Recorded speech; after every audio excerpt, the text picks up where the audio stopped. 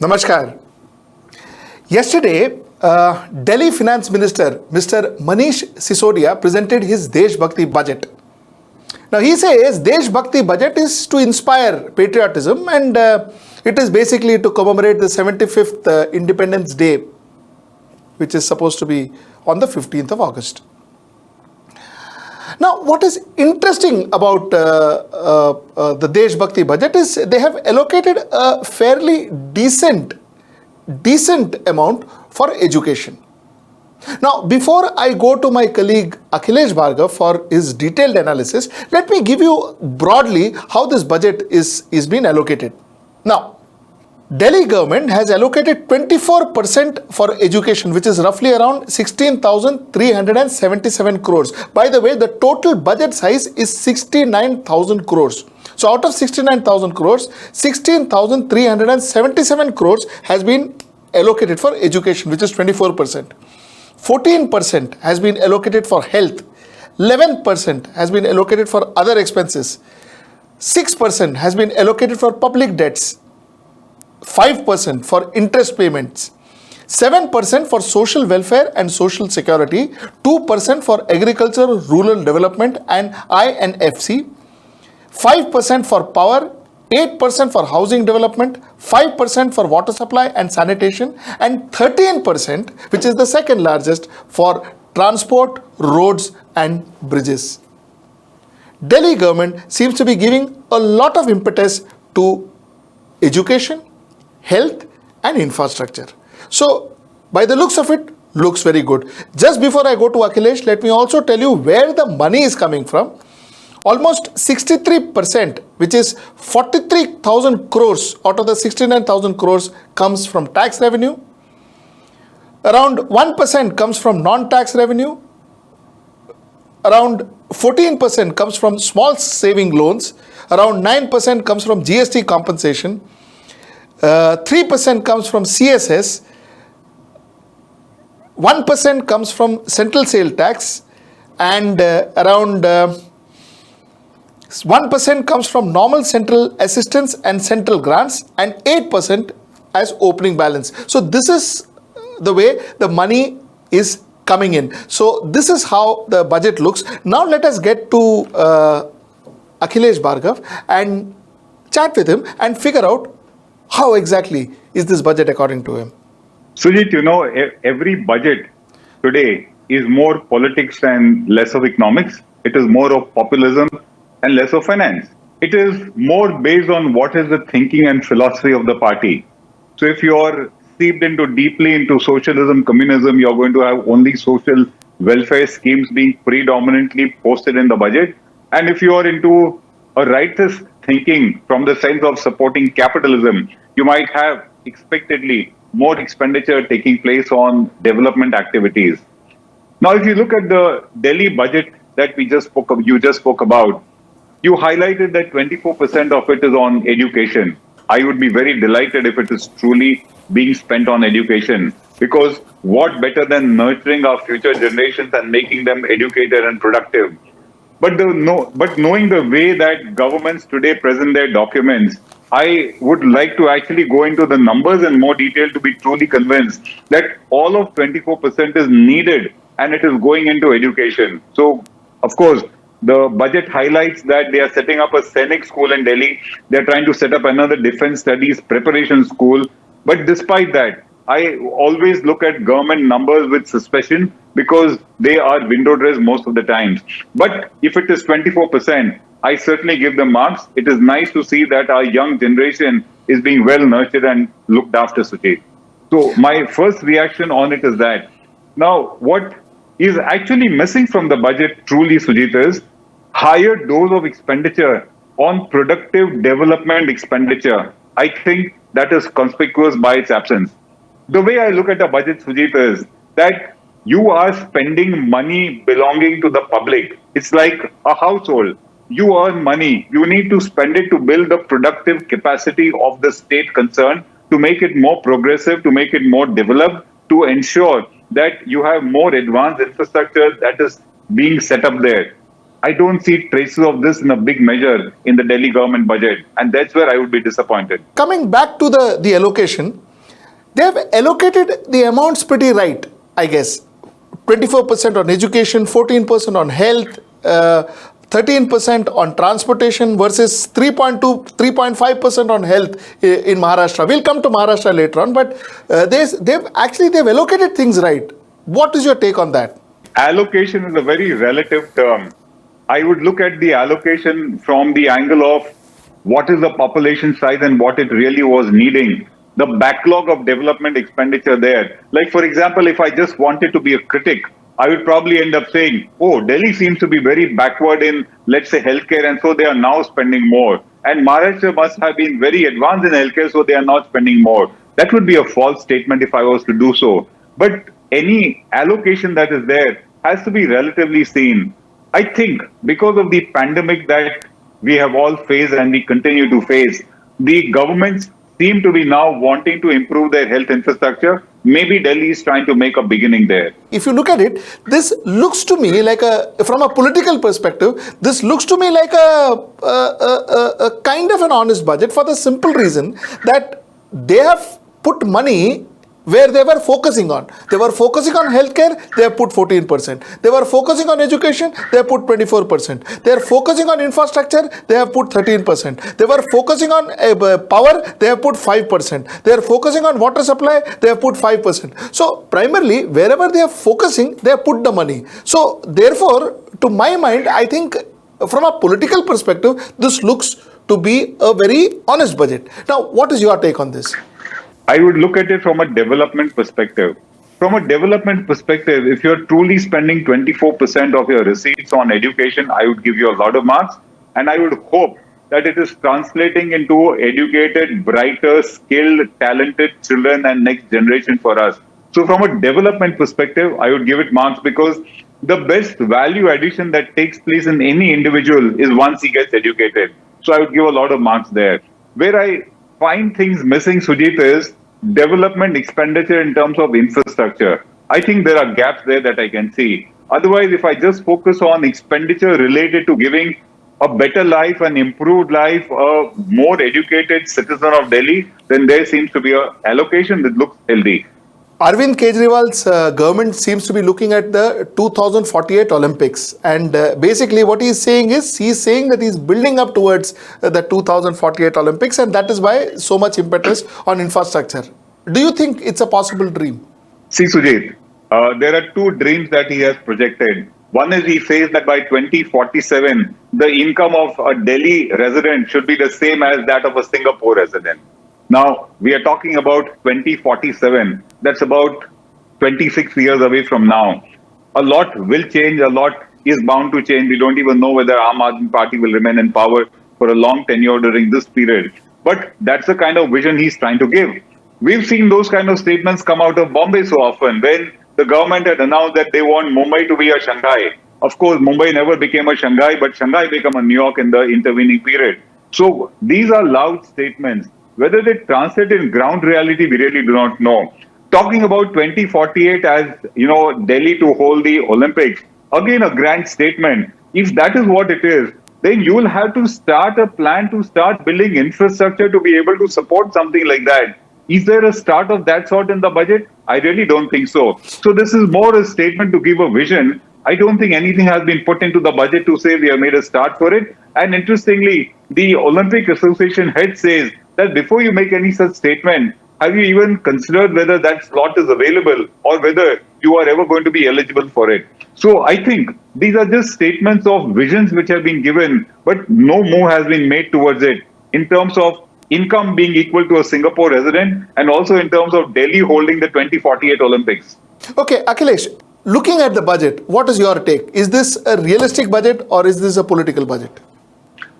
I think it's a political budget, Sujit. The reason I say it's a political budget is the Aam Aadmi Party has known to have a very heavy socialist bent, and they are bound to come up with schemes which are able to feed that kind of a mandate that they have taken from the public. So there is more politics and populism in it.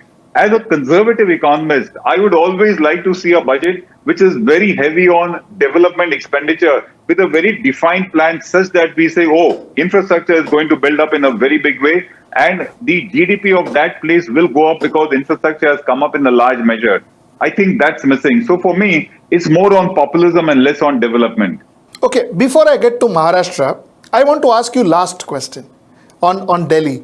Akhilesh, if assuming this budget is implemented as it is on paper, where do you see Delhi in the next 10 years? You see, if this kind of budgets get implemented as they are, the first thing is that Mr. Arvind Kejriwal will certainly come back to power because there are a lot of goodies and schemes being given to his voters.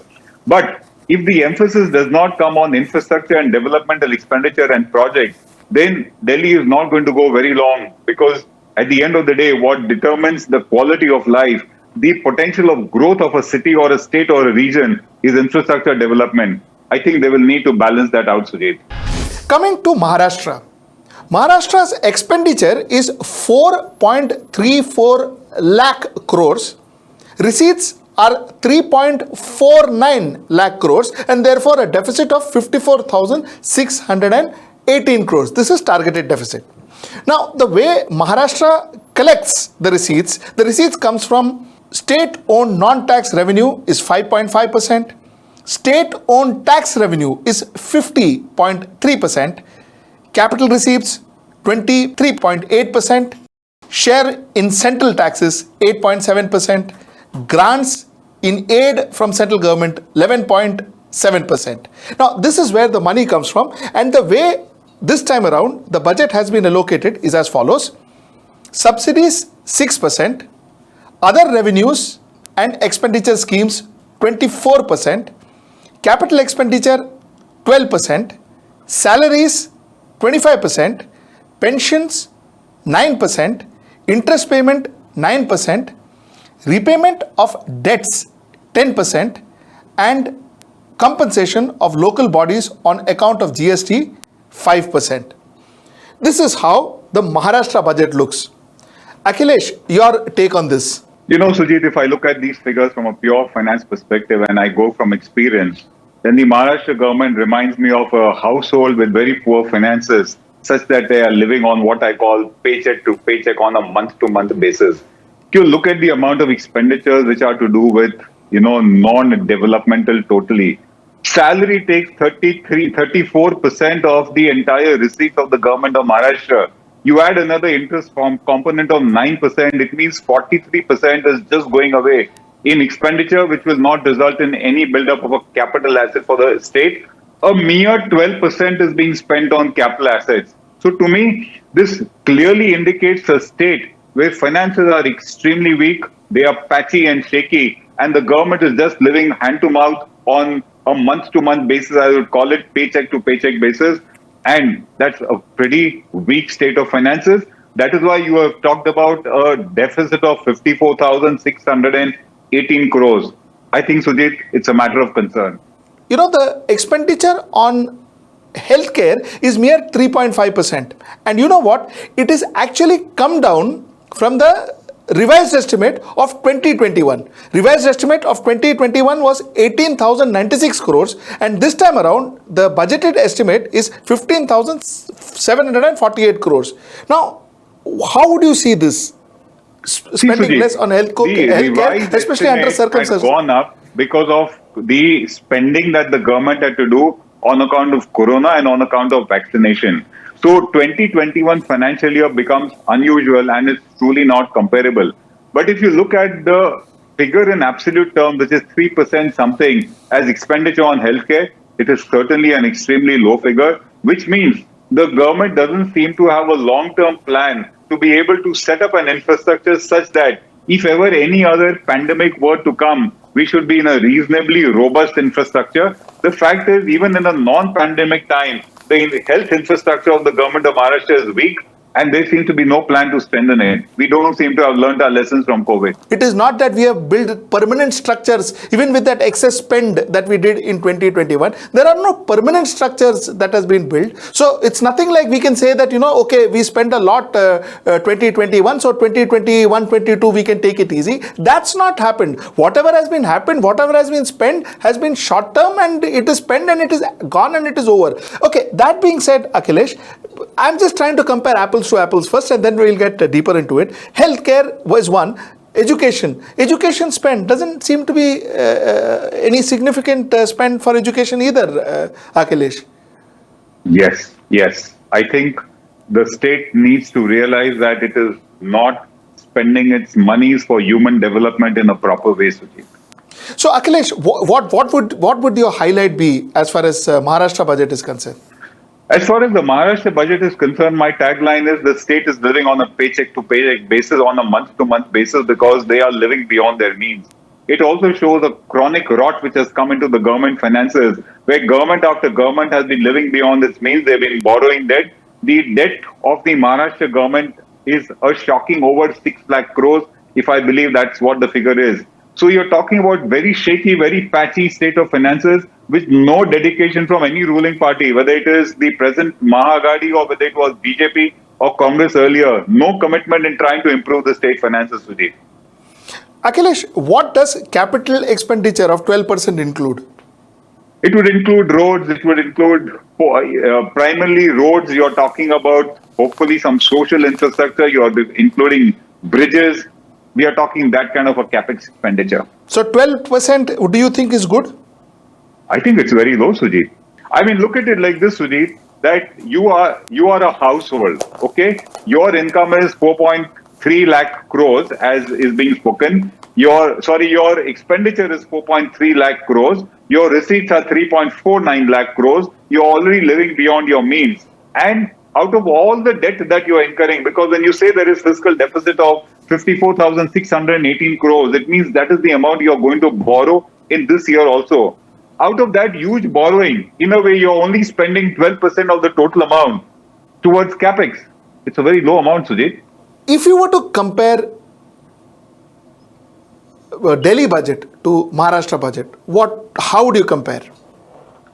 Sujit, I would not really compare a Delhi budget with the Maharashtra budget because the ground realities are so different. For example, Maharashtra has a huge rural hinterland, which means a huge farmer development welfare to be done. Delhi really doesn't have it. The size of the two states are so different. In fact, Delhi is more a city state. It is not really a state in its absolute sense. I would not really compare the two of them and come to benchmarks. I would attempt to compare, let's say, a BMC with Delhi, the Bombay Municipal Corporation. Correct. The Mumbai Municipal Corporation budget that was announced for 2021 had an outlay of 39,000 crores. It was not 69,000 like Delhi, but it is still comparable because predominantly the citizens of these two territories, which is Delhi and Mumbai, would be urban. And there will be some similarity of the challenges or the expenditures that are needed for both of them. I had a look at the BMC budget, just some highlights. The education expenditure is 7.5%. Delhi, you mentioned, was 24%. So if I talk about education as a parameter, well, we are not even one-third of what the Delhi government is proposing to spend. I saw the budget to be full of proposals for spending on capital expenditure, the coastal road, tunneling in various parts of the city, improving water supply, beautification of the city, and all those. So it sounded very impressive when you saw the contents that, oh, so much is going on infrastructure spend. But it doesn't really translate into ground reality because year after year, the BMC has not been spending what it has been budgeting. In fact, in the last year, which is financial year 2021, the BMC did not spend about 48% of what was allocated for all these projects. They've said it is because of Corona that came and, infrastructure projects had to be stalled. But it still has a record of not spending what has been budgeted. So BMC is what I would probably compare with Delhi. But unlike Delhi, the BMC seems to be sounding on paper very heavy on development expenditure, which I feel nice. But as a citizen of this city, we don't really see it getting translated on the ground reality. Delhi has been very heavy on populist expenditure. Thank you so much, Akhilesh. Thank you so much for your time. Hello everyone.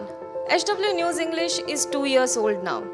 When we started this venture, we promised ourselves one thing, that news should remain free, because right to know is the right of every Indian.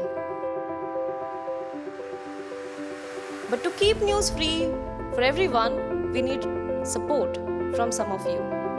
And thus we have rolled out membership on our YouTube channel HW News English. But mind you, the membership is completely voluntary The programs that we were doing earlier, that we are doing now, will continue to remain free. First level is a basic level. Here, you can be our supporter by paying rupees 199 per month. This membership gives you certain perks and benefits. The perks include unique badges in front of your name, a live show from Mr. Sujit Nair and from Mr. Akhilesh Bhargava per month for our members. You can also vote in some exclusive members-only polls. Now the second level is Super Supporter. Here you can be our Super Supporter by paying rupees 3,999 per month. This membership will include every perk that comes with basic level. Additionally, our Super Supporters can be a part of a WhatsApp group where we can have discussions and suggestions on various topics. The second perk includes a gift pack with our merchandise. And the third perk is a Google Meet with Mr. Sujit Nair, where you can join the meet and ask your questions to Mr. Nair face to face. Lastly, if you like, we would give a shout out to our super supporters in our programs. So, hope to see you soon with our badges. The emerging backbone of India's economy are our startups. They represent India's youth. They represent India's aspirations. They represent India's hopes. They represent our fight against an insensitive bureaucracy, against an insensitive system. They represent the fight of our startup entrepreneurs against an indifferent system, against an insensitive banker, against challenges of dealing with the government, and against all the odds with which they started a startup. Every startup begins with a brilliant idea, a unique idea, an idea which nobody else thought of, and that becomes a business enterprise. We are starting our next episode series on what we call startup stories. It is our curiosity to know what was that idea, what was the motivation, what was the determination because of which one talented entrepreneur, without any background of business perhaps, decided to venture out on his own and create a successful enterprise. These are the ideas that motivate us also. If you have a startup story which is interesting, we would want to talk to you also. Come back to us with your own startup stories, and you might also be the person we would like to talk to.